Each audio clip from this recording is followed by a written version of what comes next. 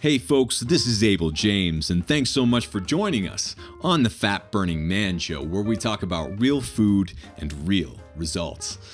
Okay, here's a pretty deep question for you. Do you ever feel isolated and alone? I think most of us do, especially in these crazy times. Though we're more technologically connected than ever, many of us can't help but feel separated, detached, and depressed, or like it's us versus the world, or like people are against us and we don't have real community. And social media and the internet, unfortunately, don't seem to be helping. So to help us rise above the madness of today's world, we're here with Dr. Caroline Leaf. Dr. Leaf is a communication pathologist and cognitive neuroscientist with a master's and PhD in communication pathology, specializing in cognitive and metacognitive neuropsychology. Today we're talking about how to handle toxic stress, techniques to overcome eating disorders of various kinds, the power of the placebo effect and the nocebo effect, and tons more. But first, here's a note that just came in from Russell. He says, "Hey Abel, after reading The Wild Diet last winter, I've given up simple sugars with the exception of IPAs and simple carbs, and have been eating a lot of whole foods and grass-fed and organic meats, eggs, butter, and healthy fats from nuts, seeds, and avocados. I also intermittent fast from dinner until my midday meal. Even though I've always been very active mountain biking and hitting the gym, I was developing quite the dad bod while trying to keep up with not only my own IPA habit, but my kids' ice cream and cookie habit. I started eating the way you recommend last February, lost 10 pounds within a few weeks, and then another 10 pounds over the next few months, and have been maintaining that weight ever since. I'm down a couple of inches in the waist, and I'm at 9% body fat. I listen to all your podcasts. They really help keep the fire stoked. I can't thank you enough for being my enabler." Russell. Wow, Russell. Well, enabler, I don't know if I'd use that term, but I will take that as a compliment, and I'm happy to be your enabler as a health nut anyway.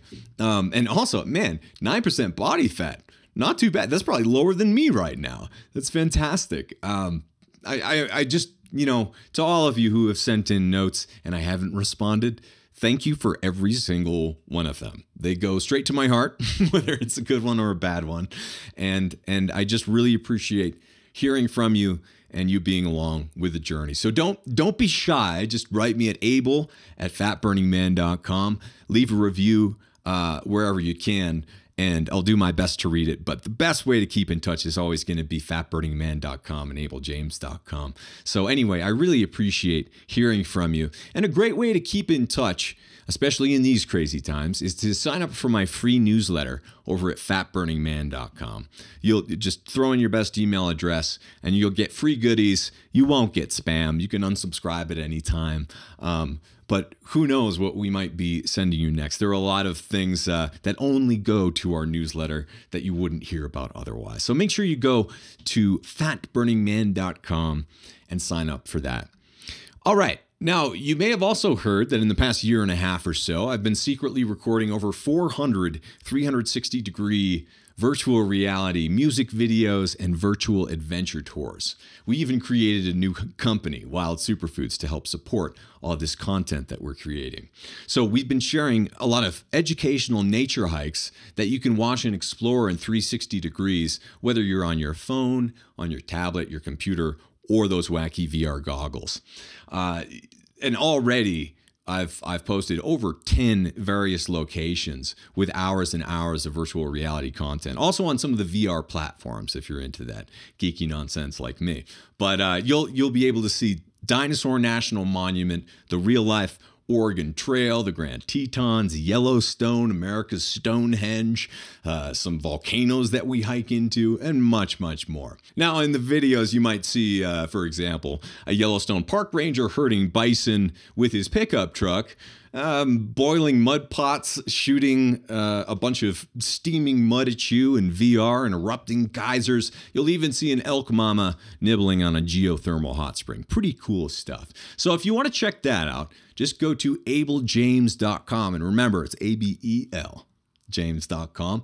You'll catch a new VR 360 video every single day for the next year. So we're building a giant VR and regular video and audio library. Hopefully we'll have our own little Netflix type thing going on for you that you can learn from. Well, in the meantime, make sure that you visit abeljames.com for all of that. And if you want to support us, visit wildsuperfoods.com to get your health boosting goodies. Right now, for example, you can save over $90 when you subscribe to the Ultimate Daily Bundle, which includes my and Allison's top 4 favorite supplements that we try to take every day, including Future Greens, Mega Omegas, Vitamin D Stack, and Probiotic Spheres. Plus, we'll even, this is pretty cool, now that we have Wild Superfoods, when you sign up for one of our Subscribe and Save programs, we give you free access to our coaching program, the Fat Burning Tribe, for as long as you're subscribed. So normally, that's about $30 a month. So we're able to get a lot of our content to you for free if you become a customer and support us over at Wild Superfoods. Just go to wildsuperfoods.com. And to those of you listening to across the pond right now, we cannot ship internationally, but we're working on it. And if you'd like to support us, visit our store over at fatburningman.com. All right, on to this show with Dr. Caroline Leaf. We're chatting about how to shift from a threat mindset to an opportunity mindset, risks associated with loneliness and isolation, what to do about toxic stress, the placebo effect and how to use it to your advantage, and tons more. Let's go hang out with Dr. Leaf. All right, folks, Dr. Caroline Leaf is a communication pathologist and cognitive neuroscientist. Since the early 80s, she has researched the mind-brain connection, the nature of mental health, and the formation of memory. She was one of the first in her field to study how the brain can change, which is also known as neuroplasticity, with dedicated mind input. So, Dr. Leaf, thank you so very much for joining us. Thank you. I'm so thrilled to be with you.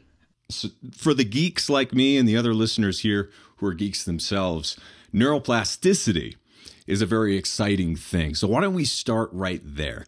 What is it if people aren't familiar with it, and why is it so encouraging?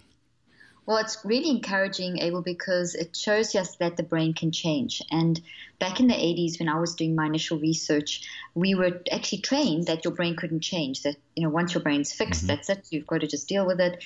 But it was at that time that I thought, no, this cannot be true, because we instinctively know that how we influence ourselves just by the way we think and our state of mind. And, working with patients already with traumatic brain injuries and various different neurological issues, I saw that the ones that were more determined and the ones that were really deliberate about their work, they would change. And so I started a series of research studies and started showing that as you use your mind in a very deliberate way, you can change behavioral function and your cognition and your intelligence and your social, emotional, just about everything about how you function. We didn't have we had CT scans then, but it was only in the mid-90s that we had that MRI was basically was developed, and that showed us how the brain could respond to the mind. Mm-hmm. So from that kind of brain technology, we started getting an insight into the fact that as you think, you change your structure of your brain. And now that's so powerful. So neuroplasticity is that ability that we have with our mind to change our brain, which means that the mind is separate from the brain, but the mind works through the brain and the brain responds to the mind. And neuroplasticity is how we use our mind to change the structure of our brain in different directions. And it keeps changing. Can't change itself. The brain can't change itself. The brain is changed by what you're thinking, feeling, choosing, and what you're eating. Isn't that incredible? And so as an undergrad, I studied brain science. And if I learned one thing, it was that scientists understand very little about the brain, about the mind, about how any of this works. You can kind of, I did 4 MRIs myself to make extra money in college. I would join some of these studies. So it was interesting to run some and then be on the other side of some. But to your point, reading through your book, it was very refreshing, I guess, let's say, to not have this kind of reductionist view of how we work, right? Could you delve into that a little bit more? Sure. I'm so glad that there's a like-minded person, because we do live in an era of neuro reductionism where everything's brought back down to the physical, and you're told you are your brain and you are your genes and you can't change anything. And that's based on a philosophy that started around about 350 years ago.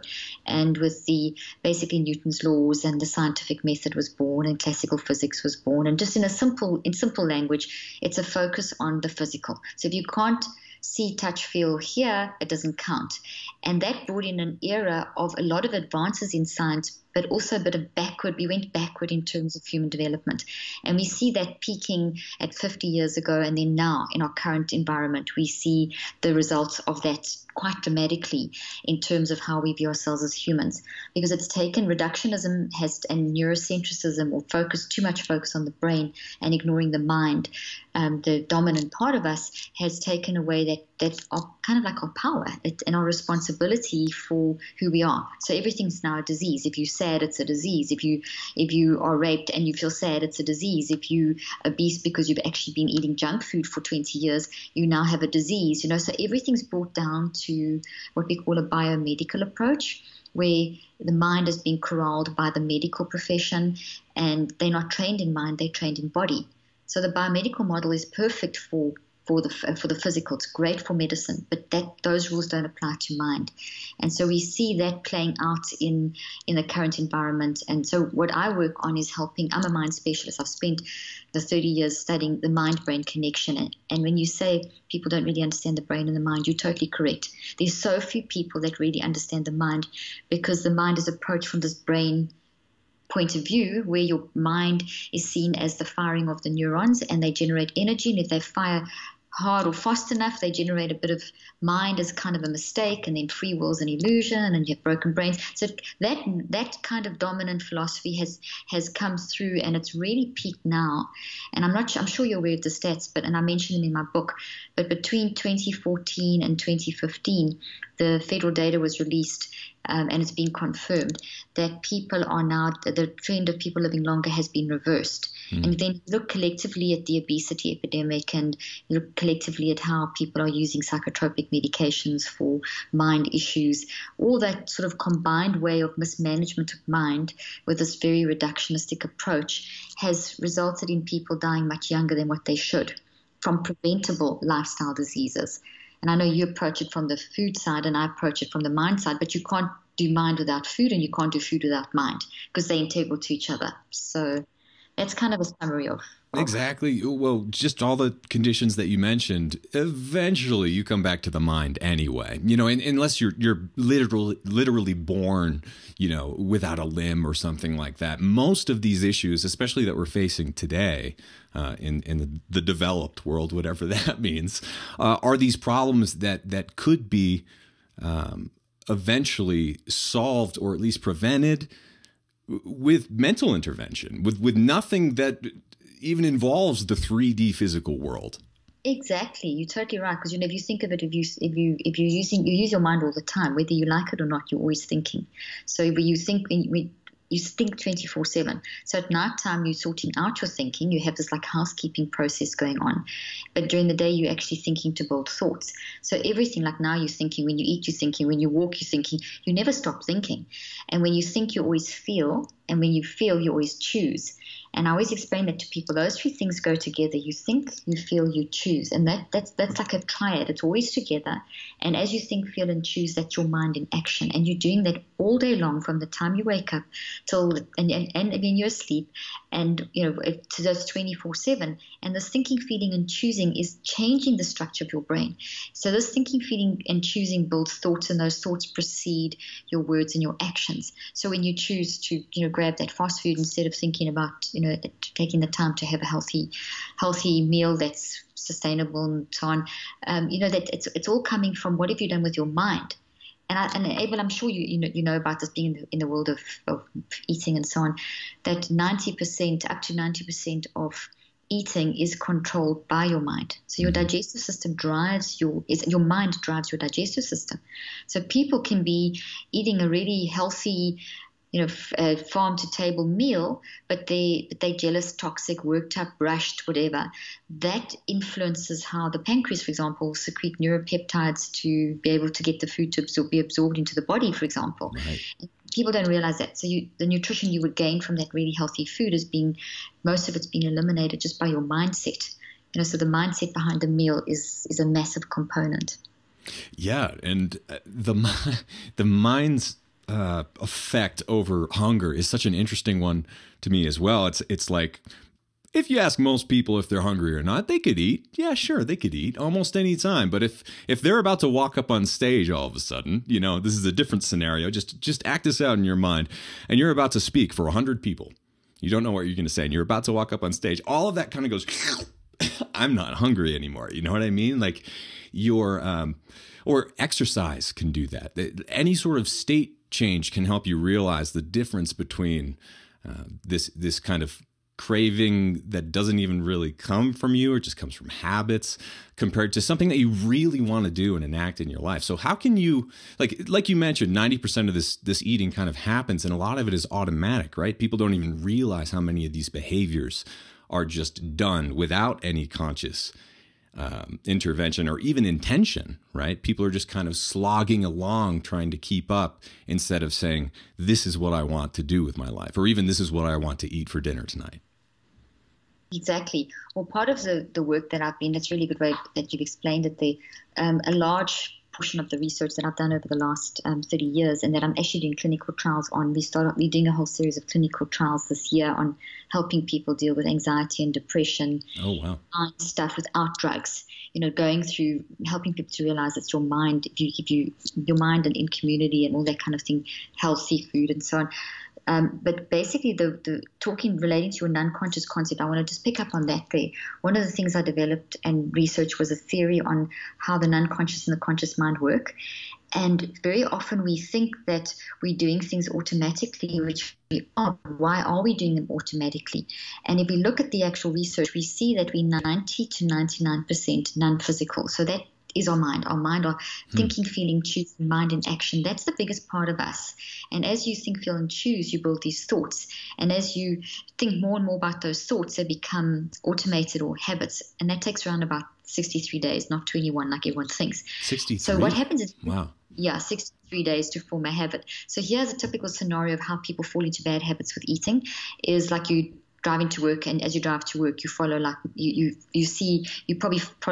find that you drive past 20 or 30 different takeout places for selling junk food, and there's all the billboards, and you hear maybe listening to podcasts, and in between there's adverts for junk food, and then you on your phone and there's more adverts coming up, and then you watch some TV shows. So if you think of it over a period of 63 days, 3 months or 9 weeks, you are constantly being exposed to junk food advertising. Mm-hmm. And so you're seeing it over and over, you're paying attention to it, you're thinking, feeling in response to the information without realizing that you are focusing, so you're choosing, so your genetic action happens, and you actually build that junk food thought into your brain. And now because you keep seeing it, you become habituated. So it's now junk food is now a habit literally built into your brain. You've got that junk food scenario. Mm-hmm. So now you're hungry, you're in a rush, you're collecting your kids from school, or you're in between office meetings, and you're rushing here or there. So what do people do? Up hungry, and then one of those thoughts pops from the non-conscious to the conscious mind, and without regulating it, they respond, I'm hungry, oh, I like that, and then they've eaten it before, which has reinforced that memory, and they go and grab the quick fast, eat it in the car on the way to wherever, and they keep reinforcing. So they get into this pattern which feels unconscious. It is unconscious, but actually what's happening is you consciously built it, and then it became habits. So even though you're not consciously aware, it's still driving your activity. So what we have to do is become very self-regulated, and that's a huge part of what I teach. You need to be very self-regulated, and your brain structure is basically structured for that. Our mind-brain connection is very structured for self-regulation. We function at our most optimal intelligence when we are regulating our thinking, feeling, and choosing. So when we are hungry, we should ask ourselves, okay, I'm hungry. Why am I hungry? When did I last eat? What should I eat? And am I in a rush? And I touch on a lot of this stuff, which I know you do, in Think, Learn, Succeed briefly, but I have another book called Think and Eat Yourself Smart, where I talk about these concepts in a lot of depth in terms of what should you do when you're eating. Mm-hmm. So if you're in this rush and this junk food thing pops in your mind and you are hungry and you want to grab something, that's where you've got to be very careful. Okay, what's popping in my mind, and self-regulate. Okay, so I'm going to go now grab the junk food. No, you're not going to grab the junk food because you've taken the time maybe to read why that junk food is actually going to increase your chance of fatty liver disease, or could be contributing to your weight gain or your lethargy or whatever it may be that you're experiencing. And it's better to go now go and get a healthy alternative. And so it requires a bit of time and effort, but it's a change of mindset. So that's the whole mindset thing. We've got to be aware of what we've put into our unconscious mind. And then the habits we built, just the habits we built over the 63 days of comfort eating or stress eating, or some people will respond to toxic stress by not eating. And then when they do eat, they binge eat. And then so the body's metabolism is kind of messed up. And so there's so much mind stuff involved in health because your mind is physically directly controlling your body. But one thing that is kind of interesting is that I'm just kind of making this up in my head, but going back hundreds or thousands of years in our ancestors, I can't imagine them being such basket cases about what to eat throughout the day or whenever, really, unless they were literally starving.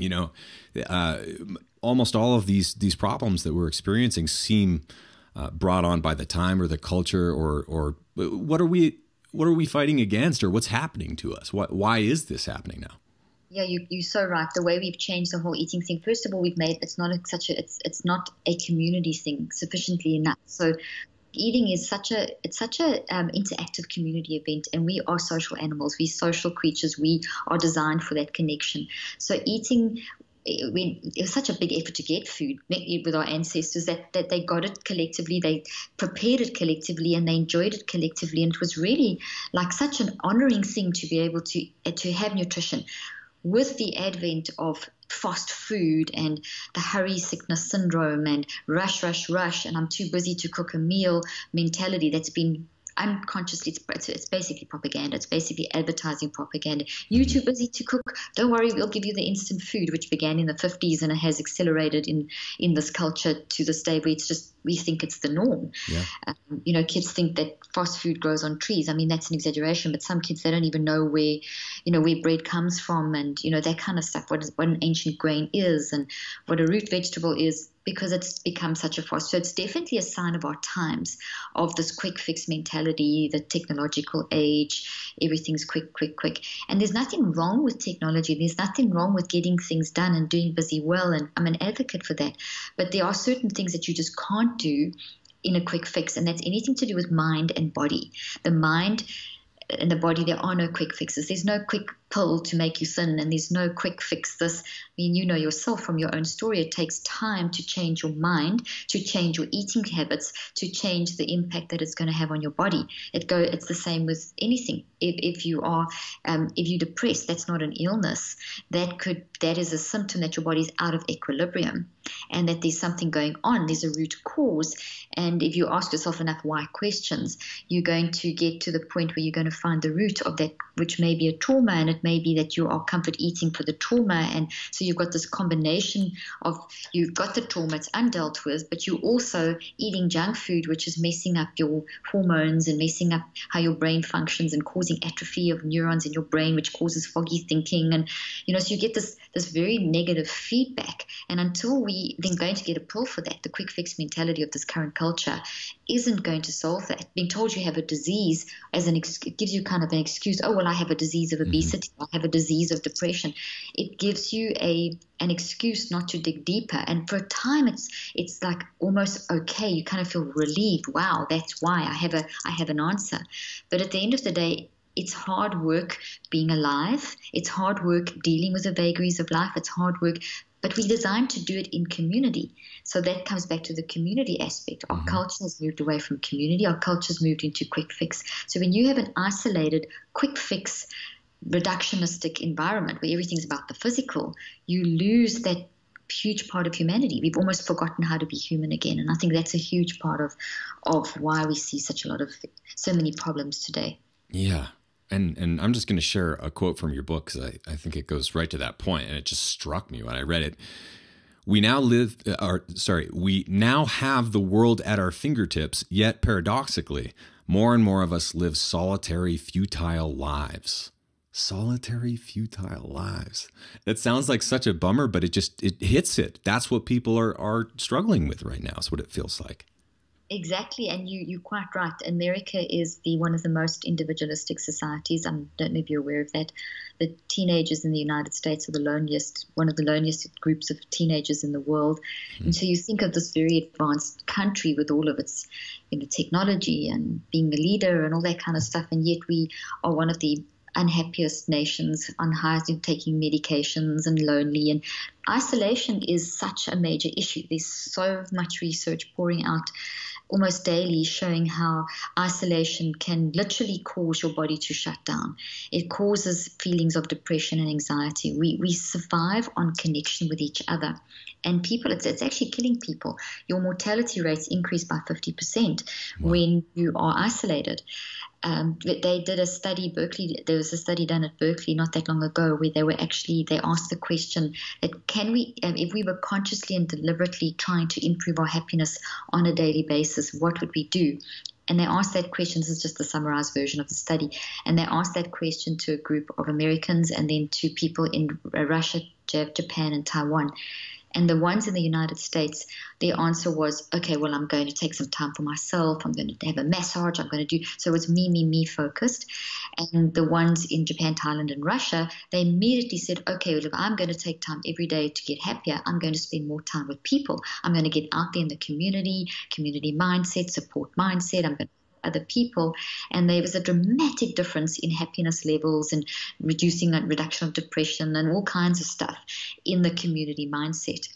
So that's a very significant part of, we're not designed for isolation.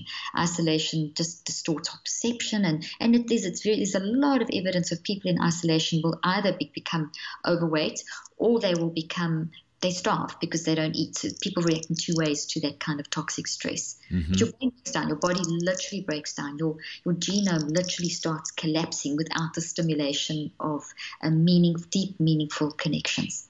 And that's also an example of almost like passive mind over body, right? Like the act of not doing something is mind over body and making you sick because you're not having that natural connection. And there are so many examples of that.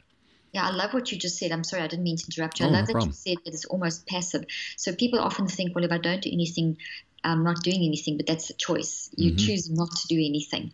And that in itself is, we need to recognize the power of choice, the power of responsibility. And we're not denying the fact that people do have reactions to medications that can cause weight gain. We're not denying that depression, anxiety, these things are very, very real, but they're not illnesses.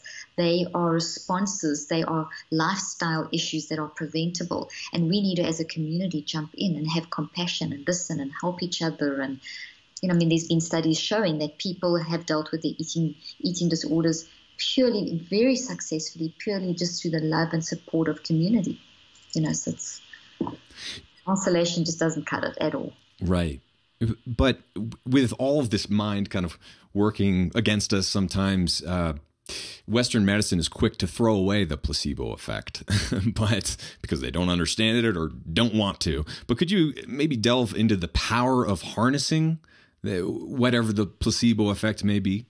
Absolutely. Well, as you know, you get placebo and nocebo. So placebo and nocebo is basically mind effects. So if you expect something to be working or good, it changes how your brain releases neurotransmitters. It changes the chemistry of the brain. It changes the electromagnetic fields, changes the quantum energy. And every single one of your cells of your body respond differently. It activates genetic switches that increase your resilience. So there's a phenomenal physical response to the placebo effect. And it's in every single human connection, as well as any kind of like medication, has always got a huge placebo effect. It's as high as 30 to 40%. So, for example, in these clinical trials that we're doing now, even though there is a limited, it's a mind intervention, but it's a self-regulated one. It's something that they drive themselves. Just the mere fact that they're in a study, we're going to account for the placebo effect up to 40%. So, in other words, what the placebo tells you is that our mind is influencing how we are responding to something. Most therapy, intervention, counseling, anything where you are going to a doctor, any kind of interaction with another human will immediately have the placebo effect involved. So they talk about in therapy, when they do trials on different types of therapies, if you don't account for placebo, you're losing a 40% effect. You're 40% bias, up to 40 to 70% bias in your research. And what that essentially means is that the reason why therapies work is often not because of the technique. It's because of the fact that there's human connection. Someone's actually listening to me. Someone's actually telling me something. And that's the power in terms of clinical trials as well with medications. There is always that placebo effect of, okay, well, this is the problem and this is the pill to fix the problem, because we've been so trained in our society, in our culture, that this is what happens. And there's some great, the antibiotic really does get rid of the bacteria, and there's some incredible medication. But even with the incredible medications out there, the placebo effect plays such a huge role. There was a super interesting study done at Baylor that you might have heard of, this knee surgeon. He had two experimental group and a control group, and the experimental group went through obviously the whole procedure, the whole knee procedure, the surgery, and then the experimental group didn't have the surgery, but they were still put under anesthetic, they were still wheeled into the surgery. He still spoke, so he still picked up the instrument, but he didn't actually do any cutting. But the whole thing was simulated. So the one actually had the surgery, the other groups didn't. And post-surgery, the results were exactly the same. So the non-surgery group, it was all placebo. They couldn't believe, because no one knew, that's the whole point, it's double blind, which means that the patients didn't know who was and who wasn't getting the surgery. But they couldn't believe it, the patients that they had took the bandages off, whatever, but there was no surgery that was done. And just that, so that's the power of placebo, and it's something we need to harness. Nocebo is the same thing, but in the negative. So if you expect negative, I talk about the placebo in terms of the expectation mindset, and I have in this book, I think you mentioned this one you read from a moment ago, I talk about the expectation mindset, and expectation's got a huge amount to do with placebo and nocebo. Expectation is how we are seeing something from the view of our experience, and so what we've read, what we've heard, our belief systems, what we've been exposed to in our culture, we develop a set of a mindset, and that mindset, and then based on whatever we've read about something, when you're going to maybe a surgery, or you're taking a tablet for something, or you're doing a new diet or something, that is, you don't come to that empty. You come to that situation with you and all your you-ness, plus all your experience, and that influences how you are going to benefit from or not benefit from that situation. So you go in with an expectation, I'm going to do this diet. I've seen that results looking at your webpage. I'm talking about yours, the wild diet, and then there's an expectation that they're going to lose weight. So they're coming into your diet plan already with an expectation. But having read the information about your diet, I'm just using this as an example, they've actually wired that into their brain. So by the time they actually start your diet, the placebo has been building and is in full effect, because they would have wired, because of the expectancy, because of the information, it created an expectancy, which is the placebo effect, and they've wired that in their brain. So they've actually already got networks in their brain primed to improve their physical health. And that's a great asset that we have as humans to help us to achieve end results. Yeah, to your point, there have been a few folks who I've been in touch with and I've had on the show in the past who have been extremely competitive natural bodybuilders, and they've been able to, the men anyway, get down to a body fat of 3%, 5%, somewhere like that, which is unnaturally low. Yeah, your brain for that. Right. And it's not necessarily a good thing, but I asked them because I'm curious, like, how do you actually get there logistically or what have you? And I've helped some people get down there too. But the number one thing that they always say is, I visualize myself at that, 3% or 5% or whatever they're going for. And it's almost like everything else falls into place if the power of my visualization is good enough.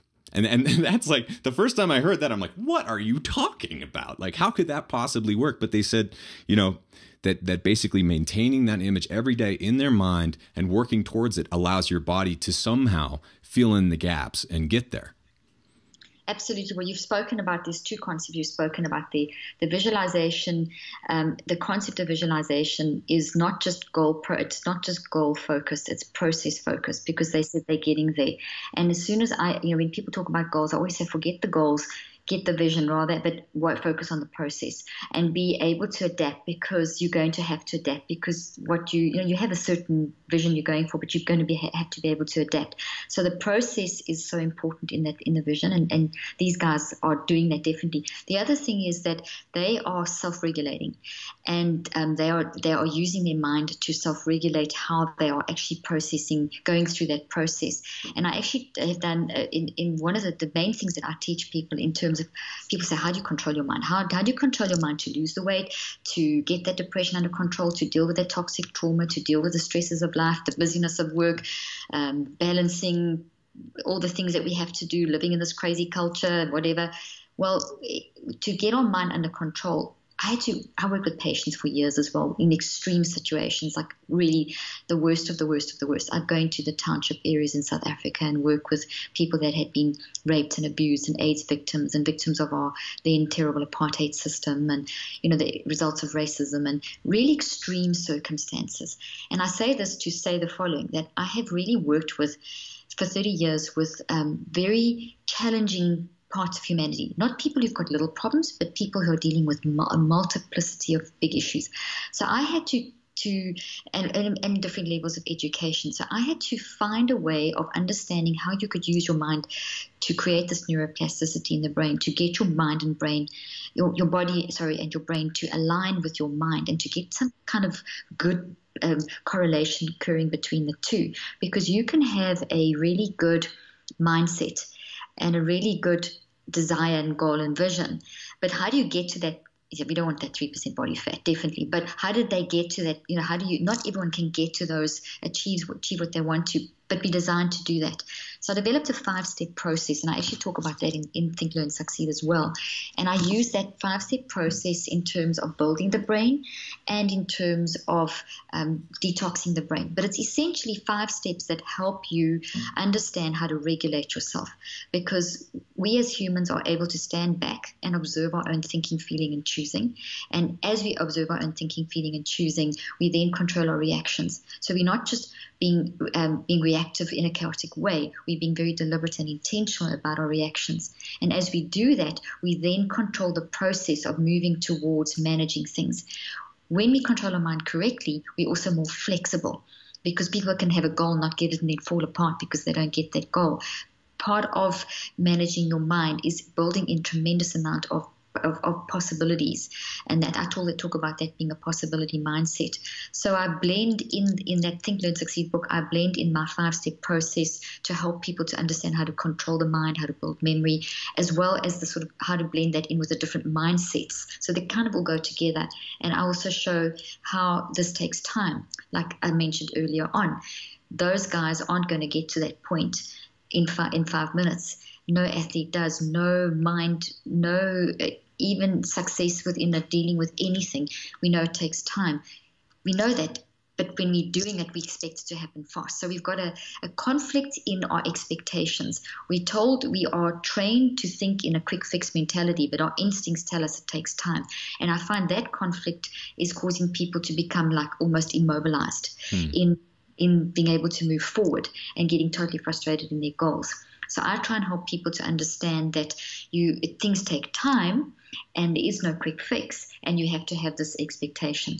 So to help that too, we've actually brought this out in an app form as well called The Switch. It's got all add-ons. We'll be developing all these add-ons to help different sports arenas and vets and depression. And so we've got a basic core one that's coming out very soon, just to show people the power of their mind, because I found that self-regulation is core.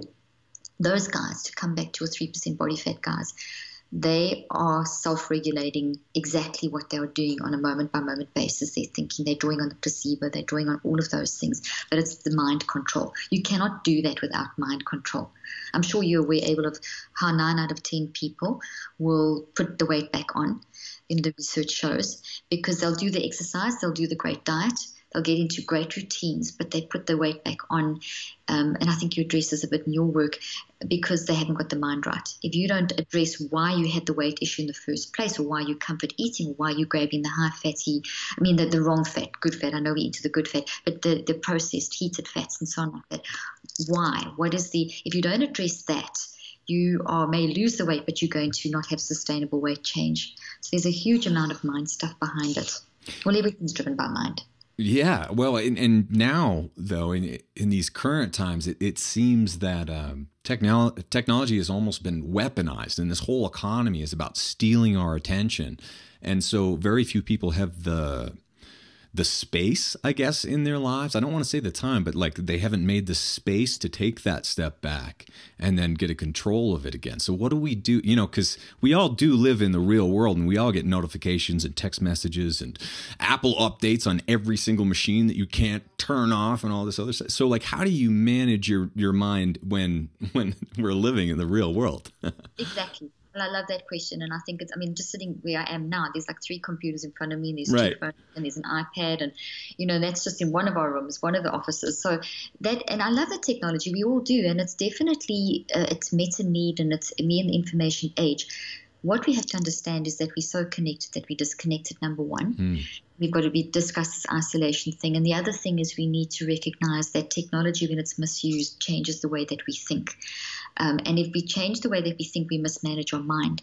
And mismanagement of mind, when we don't have an organized, like that 5-step process teaches you actually how to organize your mind in a way to achieve goals and to achieve processes, etc. When we have chaos in our mind, we are going to automatically change the structure of the brain, change the functioning of the brain, etc. So one of the things that I address is number one, we need to build our brain daily.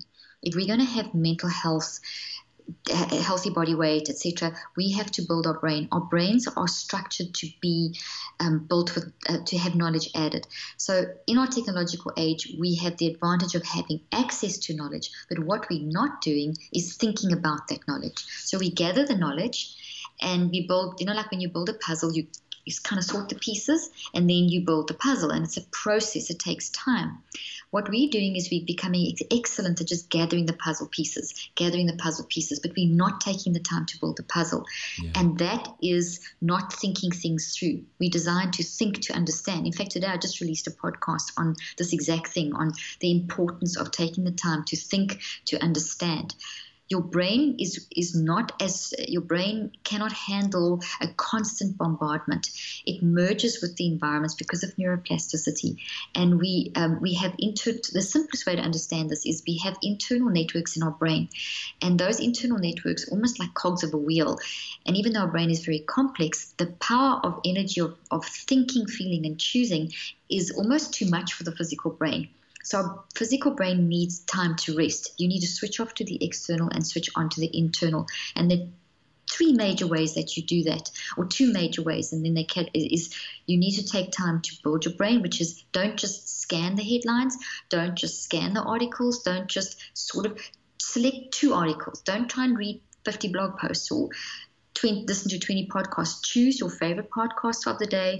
Listen to that podcast, choose your favorite article, maybe related to that podcast, and take the time to listen to the podcast and then read some content around that podcast and ask, answer, and discuss. In other words, build the puzzle. That builds the brain and creates such a lot of health in the brain. Otherwise, all the networks of the brain start misfiring, and we build up toxic waste because our neurons are waiting on prime to grow, and they're not. And all these little quantum neurobiological computers are trying to grow, and we don't grow. So there's stimulation, but then they don't grow, so they collapse. So we're building these things, but then we don't use them, so they become toxic waste. The other thing is we need to detox our brain, which is get rid of the toxic thoughts. And so I would put all my patients onto a double-pronged approach. Same 5 steps. 1, building your brain, and you should spend at least 2 hours a day building your brain. Listen to a podcast, read an article. Don't just let all the Twitter feed go through. Select from the Twitter feed, find 1 or 2 things that you actually take the time to read. So that's the building brain. And then detoxing the brain, you should spend around 7 to 15 minutes a day. The reason only such a short time is because you're dealing with heavy emotional toxic stuff. So you don't want to get caught up in that.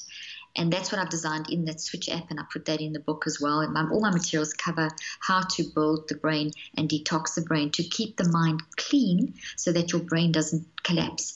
In the last thing that is part of this building the brain and detoxing the brain, and it's not the last thing, but just a great simple tip, because we can all think, okay, build the brain, I've explained how, detox the brain, 5 steps, the techniques are there. The other thing is we can do something that's so simple as well in addition, and that's take 1 15-minute block of time in the day, 10 to 15 minutes, where you just close your eyes and you switch off to the external and you switch onto the internal and you daydream.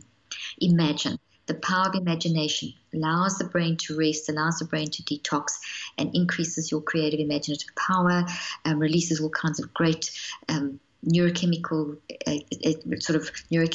and activates the intelligence in the brain, etc. And it gives your brain a rest, which is so needed. If you keep pushing your brain, every time you're on a break, you grab your phone and you scroll through Instagram, that you're never giving your brain a break. It's a constant bombardment of that information, which will create toxic waste. That can lead to anxiety, depression, psychotic breaks, and which are not diseases. They are the result of not managing, giving ourselves that space and time. So it's not that difficult. It's just people aren't shown how to. Right. You know, it's a matter of how do I use my space. People are spending about 8.5 hours a day, I'm sure you know, on mindless social media. Yeah. Turn that 8.5 hours into something constructive and see the difference. Or even 15 minutes. Yeah. but yeah, let's look toward the future a little bit, because it gets freaky, but I'd be really interested in your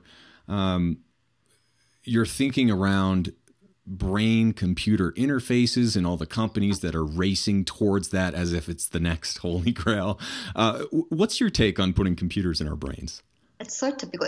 First of all, it's a reductionistic approach completely. Mm-hmm. And the scientists that really understand this, they pretty much laugh at AI. So artificial intelligence is great in terms of advancing computers. We need quantum computers. That is the next wave.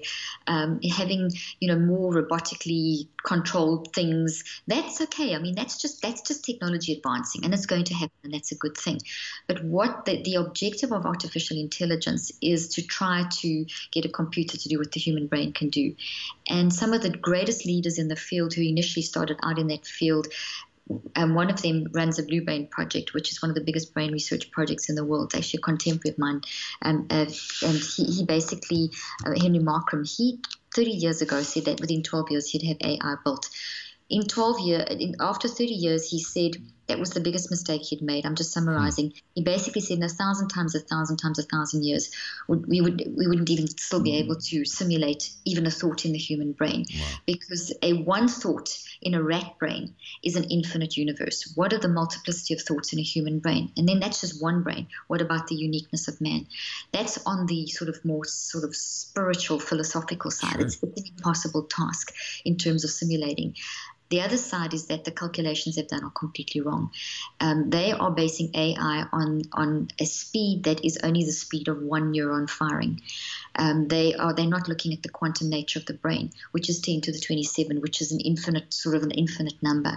They think it's a 10 to the 16. So they're aiming to develop to get a computer to fire at the speed, which is literally only one neuron. And one neuron, you have 100 billion, and you have a whole bunch of other stuff, and you have the quantum, and you have, we only understand about 5% of how the brain functions. So that's way ahead of themselves. I always tell people, stop worrying about it. Enjoy the technology that comes out of it, because we're going to get some great computers and great technology and so on. But in terms of it taking over human function, that'll never happen. Impossible. I love that response. It's just great. So we've got to learn how to adapt and manage technology, not let technology manage us, and not get caught up in reductionism. It's total and utter reductionism. It's like when MRIs came out. that was, oh, now we, and it's still like that now, the neurobiological approach, Hmm. where you're trying to say, okay, that part of your brain produces that emotion. You can't do that. Yale just brought out a study. There is no normal brain. Every single brain is different because it's been used differently. You different to me. I use my brain differently to you, even though we have the same structures. There's no ways that we can have the same brain. So we have to consider that. Sure. And then even when you look at what's coming out now, supposedly about the intelligence of other animals compared to brain size, like you look at a dolphin or you look at a whale and then you look at a crow, and a lot of these animals are so much smarter and even have these sixth or seventh senses that since we can't see them, they don't exist. Right. But Exactly, absolutely. I mean, the mouse, when they did the Human Genome Project, they were shocked that we have as many genes as a mouse. So, it's like we've got to relook at how we are. It's not about the hardware. It's about the fact that the mind is utilizing that hardware and the brain is responding. But if you say you are your brain, then AI becomes very threatening. But if you realize that you're not your brain, but your mind works through your brain and your brain responds, and you're this hugely complex individual, unlike any other person, then it's a much safer space. It's much less stressful. It's very stressful. The reductionism is very stressful. yes, indeed. And A lot of toxic stress. it can be helpful and somewhat liberating to say, I don't know. We don't know. That can be a good thing. That's being a human. So we're just about out of time, Dr. Leaf. But before we go, could you please tell us where we can find your book, what you're working on, and anything else you'd like to mention? Thank you. Well, drleaf.com is my website, so DRLEAF, one word lowercase, and you can pretty much find everything there. My social media handle is Dr. Caroline Leaf, and you can get access to my podcasts and my clinical trials and my YouTube show and everything there. We're also on podcasts, iTunes, everything. Wherever you get podcasts, you can find us there. My books are all on my store. You can find them in any bookshop. And then the Switch app we've got is coming out in the next few weeks, and that's the web page for that is the Switch app. And we're also doing clinical trials, which we're very excited about. We've done the first one, and we're doing another series of 4 working on a non-pharmacological intervention for anxiety and depression, showing that mental health is not on the rise, but the mismanagement of mental health is on the rise, that we all battle with mental health. It's not a disease. It is something we all battle with, and we all need to help each other. So it's demystifying and taking the fear-mongering out of something that's actually a human thing, going against medicalizing misery and helping people to realize how powerful they are. Yeah. Well, Dr. Leaf, thank you so much. I think your work is needed more than ever, it seems. So we really appreciate having you on the show. Thank you so much. I've enjoyed being on the show, and thank you for your great work too.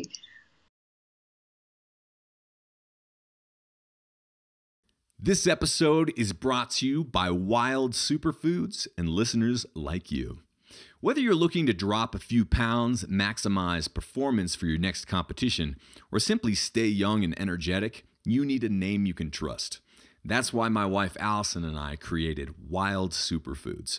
Our nutraceuticals and cutting-edge health supplements are literally the products we've been taking ourselves daily to upgrade our nutrition and optimize our health for the past 3+ years. And we're extremely excited to say Wild Superfoods is finally ready for you, with much more to come. When you buy from Wild Superfoods, you're supporting a small family business, not a massive faceless corporation. We don't have any investors or stockholders to please, so our priority is you. We want to help you become as healthy as you possibly can be. Also, starting our own family company, it's kind of cool, has made it so we can create these shows for you without outside sponsors clouding our message of health. So if you believe in what we do, please check out Wild Superfoods. We think you'll dig it. And as a listener of Fat Burning Man, you can save over $80 on a one-time purchase or save over $128 when you select the subscribe and save option. Also, you can get free access with subscribe and save to our Fat Burning Tribe coaching and meal planning community.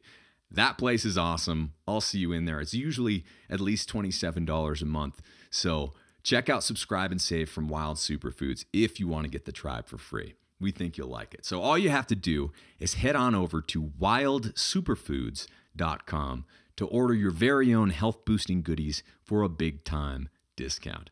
One more time, that's wildsuperfoods.com. Thanks again for listening. Well, hey there, listener. This is Abel one more time, and I just want to say thank you for listening to this episode of the Fat Burning Man Show. If you liked it, don't forget to hit that subscribe button wherever you might be listening to or watching this show right now. And if you have a second, please leave me a quick review for the Fat Burning Man Show. I read every single one of them, and every time you leave a review, it gives us a little boost in the rankings, and that helps other people find this show. And if you can think of someone else who might enjoy and benefit from this free show, please take a second to share it with a friend or a family member. And if they're like, what is this fat burning man thing? That's a really silly name. You could be like, you're right, but here's the deal. We've recorded over 250 episodes of the Fat Burning Man Show with thought leaders in health from all over the world. And so far, we've won 4 awards, hitting #1 in health in more than 8 countries internationally. We have more than 30 million downloads already, but we're just getting started. I can't believe any of this, by the way, and couldn't do any of this without you, so thanks once again. But here's some more good news. You can download and listen to every single episode of the Fat Burning Man Show for free with 0 outside advertisements, no outside sponsors, and no corporate overlords. All you have to do is type in fatburningman.com. I'll give you a second here just to type it in, fatburningman.com. And you'll get all the show notes, transcripts, and video and audio versions for all the past episodes of the Fat Burning Man Show for free. Better yet, enter your email at fatburningman.com, sign up for my newsletter, and I'll even send you a quick start guide so you can take your health into your own hands right now, along with a few of our ridiculously tasty recipes as a special thanks for signing up. Once again, just go to fatburningman.com right now, enter your best email to get your free goodies with a bonus surprise straight to your inbox. This is Abel James signing off. Thank you so much for listening once again, and have a great week.